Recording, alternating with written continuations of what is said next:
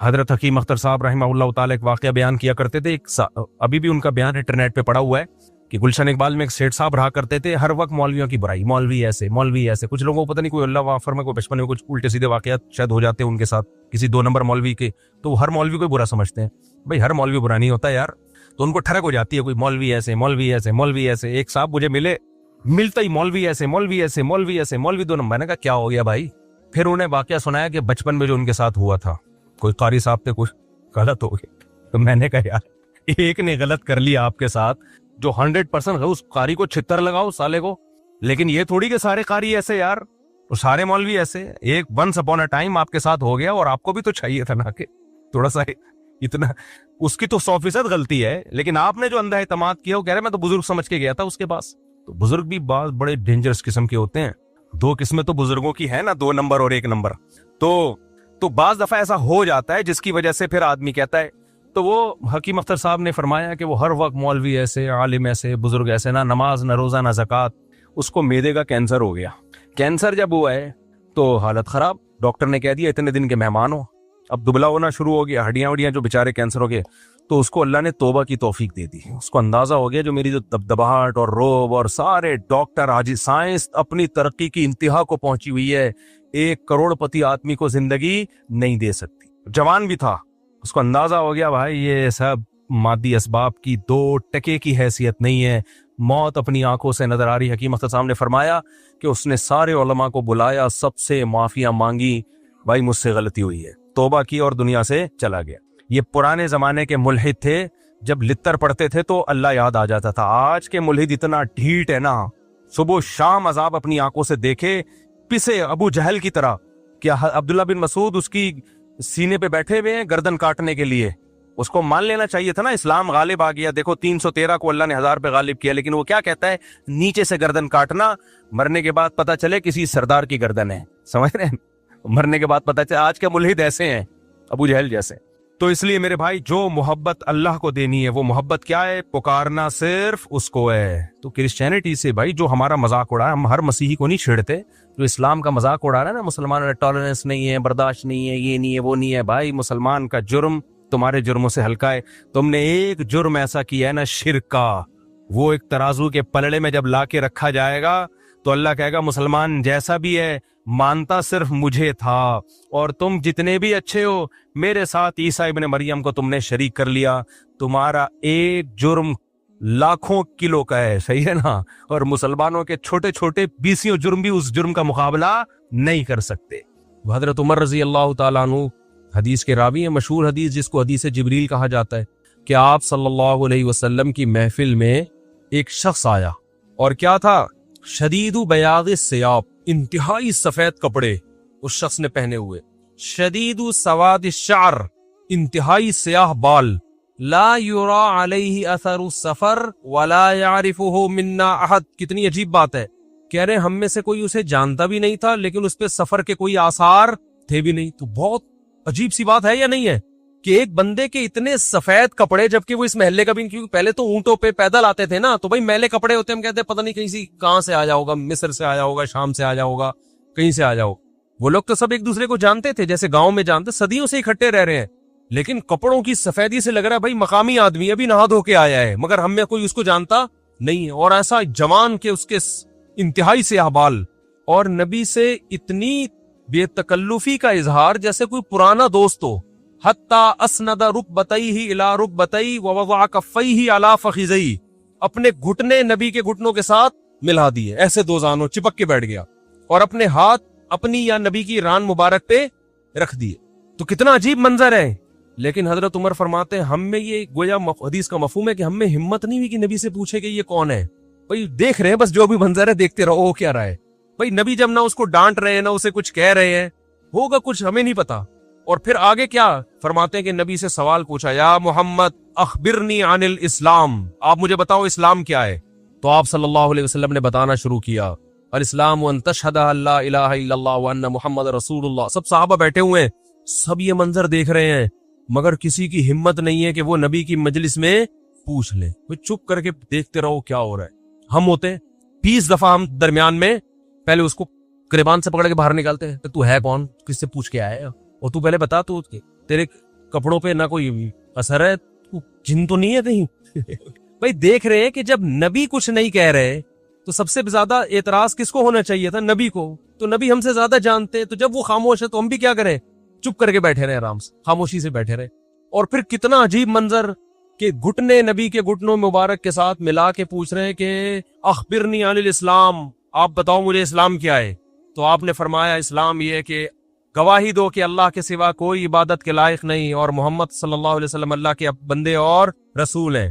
وَتُقِيمَ الصَّلَاةَ وَتُؤْتِيَ الزَّكَاةَ وَتَصُومَ رَمَضَانَ وَتَحُجَّ الْبَيْتَ إِنِ اسْتَطَعْتَ إِلَيْهِ سَبِيلًا. رمضان زکات دو, رمضان کے روز نماز قائم کرو, زکات دو, رمضان کے روزے, اور استطاعت ہے تو حج کرو. فرماتے ہیں اس نے کہا صدقتا, اے محمد آپ نے سچ کہا. حضرت عمر کہتے ہیں ہمیں اور عجیب, فعجبنا یسألہ ویصدقہ. بھئی سوال بھی پوچھ رہا ہے اور خود ہی کہہ رہا ہے سچ کہا. کوئی یہ تو امتحان لینے کے لیے آیا ہے, اور امتحان کس کا ہو رہا ہے؟ معاذ اللہ پیغمبر صلی اللہ علیہ وسلم کا. بھئی جو سوال پوچھتا ہے وہ یہ تو نہیں کہتا کہ آپ نے جواب بالکل صحیح دیا ہے, اس کا مطلب آپ کو تو پہلے سے پتا تو پوچھ کیوں رہے ہم سے. لیکن کسی صحابی میں یہ ہمت نہیں ہو رہی کہ نبی کے محفل میں سوال پوچھیں کہ یا رسول اللہ جب یہ پوچھا کیوں اس نے, یہ تو معاذ اللہ آپ کا امتحان لینے آیا گویا. پھر اس نے پوچھا جبریل کو, بعد میں پتا چلا وہ فرشتے جبریل علیہ السلام تھے. پھر پوچھا کہ مل ایمان کیا ہے, مل ایمان. تو انہوں نے آپ صلی اللہ علیہ وسلم نے فرمایا ایمان یہ اللہ پر, اس کی کتابوں پر, اس کے رسولوں پر, اس کے فرشتوں پر, آخرت کے دن پر, تقدیر پر ایمان لایا جائے. صدقتا, سچ کہا. پھر انہوں نے پوچھا کہ احسان کیا ہے, پھر آپ نے فرمایا ان تعبد اللہ کانک تراہ فإن لم تکن تراہ فإنہ یراک. اللہ کی ایسے عبادت کرو جیسے تم دیکھ رہے ہو, کیونکہ وہ تو تمہیں دیکھ رہا ہے. صدقتا, اس نے کہا بالکل سچ کہا متسا, قیامت کب آئے گی؟ تو آپ صلی اللہ علیہ وسلم نے یہ نہیں فرمایا لا ادری, مجھے نہیں پتا, کیونکہ آپ کو معلوم تھا کہ جیسے مجھے نہیں پتا سامنے والے کو بھی نہیں پتا. سمجھ رہے ہو, یہ کسی کو بھی نہیں پتا. تو یہاں آپ نے جواب میں یہ نہیں کہا مجھے معلوم نہیں ہے, بلکہ آپ نے بتا دیا کہ جیسے تمہیں معلوم نہیں ہے, یہاں تم صدقتا نہیں کہہ سکتے, جیسے مجھے معلوم نہیں ہے تمہیں بھی. اس لیے آپ نے فرمایا مل مسئول عنہا بأعلم من السائل. عربی بڑی خاندانی زبان ہے, خدا کی قسم. عربی جو ہے نا بڑی پیاری زبان ہے, کسی کو صحیح آتی ہو تو عربی کی بلاغت کا عربی میں ہی مزہ ہے. مل مسئول عنہا بأعلم من السائل, جس سے پوچھا جا رہا ہے وہ پوچھنے والے سے زیادہ نہیں جانتا. جس سے پوچھا جا رہا ہے وہ پوچھنے والے سے زیادہ نہیں جانتا.